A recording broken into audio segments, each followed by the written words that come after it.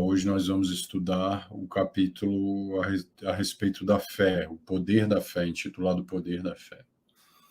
A Joana ela vai fazer uma análise, né, psicológica a partir da psicologia profunda do que é a fé. Ela diz que inicialmente é um processo inconsciente, é uma mobilização automática das forças arquetípicas do inconsciente, e que conduzem a dinâmica egóica na direção de uma experiência muito inconsciente dessa energia que brota do inconsciente profundo. Ela diz que é uma confiança que o espírito tem, mas que vai se manifestar inicialmente com impulsos muito inconscientes. E como que a gente vê essa força inconsciente se manifestando, por exemplo, na realidade da experiência religiosa de maneira inconsciente? Por exemplo, no politeísmo, né? Havia uma confiança muito grande, né, na realidade dos deuses, né? Havia essa crença, essa fé na força dos deuses, mas era uma fé movimentada pelas forças automáticas do inconsciente que gerava essa projeção dessas imagens de natureza arquetípica. Então, é uma fé que é muito carregada de processos fantasiosos do inconsciente. São fantasias organizadoras da vida psíquica. E ela se apresenta espontânea, destituída de reflexão, diz ela, né? Sem uma exigência racional. Ela se apresenta nessas características, e ela é uma característica normal do ser humano. Né? Ela não é um fenômeno patológico. É normal no ser humano.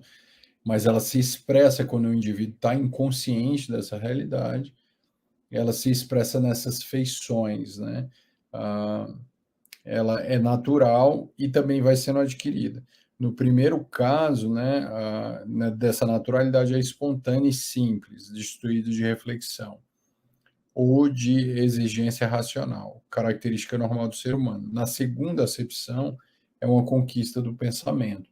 Então, a gente já vê uma elaboração mais refinada da experiência energética que brota do inconsciente. Já uma avaliação da consciência egóica em relação aos conteúdos que se dinamizam do self na direção do ego, gerando uma fé mais robusta. Né? Então, ela passa a ser atravessada por uma avaliação do pensamento, né? Uma conquista do pensamento, ou seja, eu teria uma fé inconsciente, uma fé mais consciente, vamos dizer assim, dentro dessa realidade. É a conquista do pensamento que elabora razões para estabelecer os seus parâmetros e se manifestar. O espiritismo, ele propõe psicologicamente o desenvolvimento dessa fé consciente. Né? Tanto que ele fala amar a Deus, mas saber porque ama. Né? Ou seja, uma avaliação, um raciocínio. Isso torna a capacidade de confiar da criatura humana, que é essa fé, né, que essa energia que emana da nossa alma, torna ela mais robusta, né, torna ela capaz de movimentar as montanhas, né, como nos ensinou Jesus. Então, é uma fé que vai sair dos tecidos sutis do inconsciente, vai passar por uma avaliação e vai encontrar uma ressonância na realidade objetiva da vida, seja ela no nível mais literal e concreto, né, no nível mais material, mas também no nível mais filosófico, no nível mais do raciocínio e no nível também que já seria uma outra expressão, no nível também mais intuitivo. Mas esse é outro aspecto, a gente já vai entrar nele. Então, ela diz aqui, essa fé que tem que ela é afetada pelo pensamento, ela robustece com a experiência dos fatos. né? Então, à medida que o indivíduo se conecta com base nessa objetividade da vida, ela vai se tornando cada vez mais forte, tornando-se base dos comportamentos lógicos e das realizações significativas do pensamento e da experiência humana. Antigamente, né, a nossa experiência de fé em termos religiosos, né, a fé religiosa nesse sentido, ela era baseada numa mitologia, que eram processos automáticos do inconsciente que se manifestavam na experiência religiosa e logo não encontravam apoio nos fatos da realidade em que vivíamos. Por exemplo, os ensinamentos bíblicos orientavam que existia um Éden, né? Um espaço aqui na Terra, que era um espaço paraíso, onde Adão e Eva foram expulsos desse local, dando início ali, né, as raças adâmicas que saíam dessa realidade da expulsão desse símbolo evo-adâmico ali, desse princípio masculino e feminino, segundo o mito bíblico. E naquele período, né, nesse período ali mais medieval, o mapa mundi, o mapa do mundo, era um mapa bíblico. Então, quando você pegava o mapa para se posicionar geograficamente no planeta, tinha desenhado no mapa o Éden. Era um mapa que desenhava o nosso planeta e existia um espaço que era chamado de Éden, que seria esse paraíso,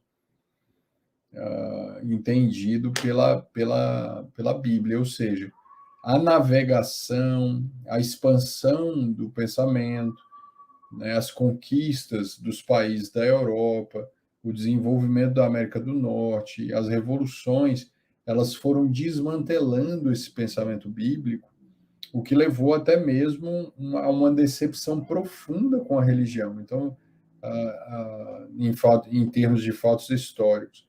Então, nessa perspectiva, a fé que era proposta, ela não encontrava suporte nos fatos.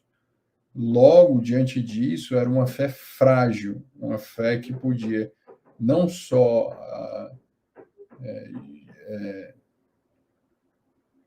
gerar uma desistência da experiência religiosa, como também perder a força de conversão de indivíduos para aquela ideia, para o pensamento doutrinário, para o pensamento de uma realidade mais consciente da vida.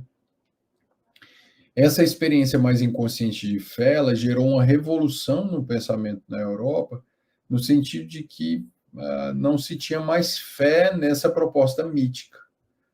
Então, o homem faz uma transição da consciência mística para a consciência lógico-racional, na qual essa fé ela passa a ser injetada na matéria, na ciência, na razão, na experiência científica, na experiência filosófica. Então, a fé continua lá, ela não foi apagada, né, dentro do processo sócio-histórico, mas ela passa a ser destilada, né, dentro dessa realidade da matéria. Né? É igual surge ali o próprio materialismo histórico, né? O materialismo histórico e o materialismo depois, né, que se desenvolve dentro dessa realidade. E tem até uma espécie de uma brincadeira, né, que acontece, que é preciso o pessoal fala assim, que é preciso ter muita fé para não acreditar em Deus, né? Ou seja, não tem como escapar dessa energia, né? Mesmo o materialista, ele tem fé ainda que na matéria. Então, a fé é essa força imparável, né? Ela é inconsciente nos primeiros níveis de transição da criatura humana na relação psíquica, mas à medida que ela se torna consciente, ela pode realizar feitos extraordinários. E a Joana vai dizer que há outro tipo de fé, que é uma fé intuitiva, né? Ela aparece para a gente como afetando muito a intuição. E ela explica como é que essa fé ocorre. Ela vai dizer, é uma fé que procede de existências passadas, quando o espírito enfrentou situações e circunstâncias que foram experienciadas deixando os resultados dos métodos utilizados para superá-los, ou seja, o indivíduo passou por desafios existenciais e nesses desafios existenciais ele fez um exercício, né, dessa força psíquica que se lhe encravou no inconsciente como forças intuitivas que lhe permaneceram como conquista na alma. Mais tarde, diz Joana, conhecendo os acontecimentos, embora de maneira inconsciente, ou seja, o indivíduo não sabe explicar, mas sente, ele tem uma intuição do processo, o ser adquire a confiança espontânea para os enfrentamentos que se apresentem por semelhança evocativos daqueles do passado, né? Ou seja, ele passa por provações que remetem às primeiras provações das existências pretéritas, e isso desencadeia a sua capacidade de enfrentamento que se agita no seu inconsciente profundo na forma de fé. Então, intuitivamente, ele se mantém sereno, calmo, porque inconscientemente, embora ele não saiba explicar racionalmente o seu estado afetivo, o ego tem a intuição do desfecho daquele processo no nível de uma consciência mais do self. Então, aquela experiência se torna uma realidade de fé para o indivíduo por ser uma conquista do passado nessa proposta da Joana, né?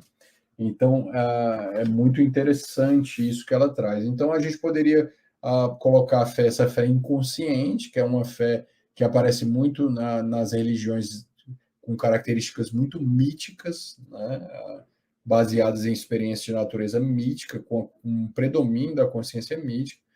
A gente tem a fé mais consciente, né, que não necessariamente precisa ser no contexto religioso, mas a gente tem tanto que no Evangelho segundo o Espiritismo tem a fé humana e a fé divina, né? A fé humana é a confiança de que um empreendimento, um objetivo, uma empreitada vai dar certo, muitas vezes até material, vai abrir uma empresa, vai abrir um negócio, vai fazer um investimento em estudos, em alguma coisa da vida horizontal. Aí o indivíduo tem a confiança, isso é uma fé humana. A fé divina, ela está mais ligada à experiência religiosa, ela já é mais vertical, ela é mais verticalizada nesse sentido, nos valores espirituais. Então, então, dentro dessa experiência, nós podemos ter uma fé inconsciente, que ela também pode se aproximar de uma experiência de fé cega, aí tem um problema, né? Essa fé, ela é inconsciente, mas ela pode ser normal, né? Vamos dizer assim, ela está inconsciente, ela está mitológica, mas ela ainda é normal, porque é uma manifestação do inconsciente profundo organizando a vida da consciência egóica. Mas existe uma fé que a Joana fala, que é a fé cega, e essa pode ser patológica, porque é uma fé que ela pode se tornar fanatismo, ela pode se tornar um fanatismo, e ela pode se tornar também uma fé que é um delírio, né? Ou seja, por isso que ela ganha características patológicas, ela beira uma inflação, um delírio, algo que não existe, né? Então, dentro dessa realidade, a Joana começa a dizer que ela é inconsciente, cega e patológica. Ela fala assim, o homem de fé, ele precisa de todas as formas saber que a sua confiança não pode ultrapassar o limite da realidade, porque senão vira um delírio, né? Vira uma realidade patológica. E o indivíduo que tem um equilíbrio espiritual, ela fala aqui, ó, o homem de fé reconhece o limite das próprias forças e não se aventura em empresas que lhe podem comprometer a resistência, levando-o à falência moral. Ou seja, eu tenho uma confiança, não é inflação e imprudência delirante, né? Eu tenho que saber o meu limite. Eu conhecendo o meu limite, eu não vou entrar em situações que vão me desequilibrar porque estão acima das minhas forças. Ou seja, a fé ela precisa ter um amparo na objetividade da vida, nos fatos. É o que Allan Kardec propõe como fé raciocinada. É uma fé madura, que passa pelo pensamento. É uma fé que encontra um apoio nos fatos. É uma fé que evolui à medida que o pensamento evolui. Ela vai ficando cada vez mais forte e movimenta as montanhas de dificuldades da vida. Porque caso isso não aconteça, isso pode virar um fanatismo perturbador e insensato, ou até mesmo a uma psicose delirante, de uma fé perturbadora que vai levar o indivíduo a uma situação de perturbação. Aí ela fala que a fé em Jesus era a certeza do próprio poder, da perfeita sintonia com Deus. É muito interessante. Como ele havia conquistado a realidade do self, ele sabia, né, por antecipação, todos os resultados que seriam colhidos. Ele sabia por antecipação. De tal era o nível de consciência que ele tinha, ele conseguia ter uma fé que seria uma fé, vamos dizer assim, quase de previsão, né? É uma pré-fé ali, é uma pré-intuição que ele tinha, uma pré-ciência, né? Que eu acho que a ideia melhor é essa, é uma pré-ciência que lhe dava uma confiança tão extraordinária que a fé dele avançava de tal ponto que ele sabia o que ia acontecer, né? Ele sabia exatamente o que ia acontecer. Essa fé no nível de Jesus, ou essa fé mais raciocinada, como propõe Allan Kardec, ela é uma fé que não tem pressa e nem se angustia, né? É uma fé lúcida, é uma fé paciente, porque ela sabe, né, que a remoção da sombra exige tempo. Isso exige muito tempo e precisa de luz para que essa sombra desapareça. Então, tem a certeza de que ela vai desaparecer, mas ela é paciente e esforçada. A fé racional nunca cede os limites da capacidade, para não virar patológica, para não virar um delírio, uma psicose e uma perturbação inflacionária da psique da criatura humana.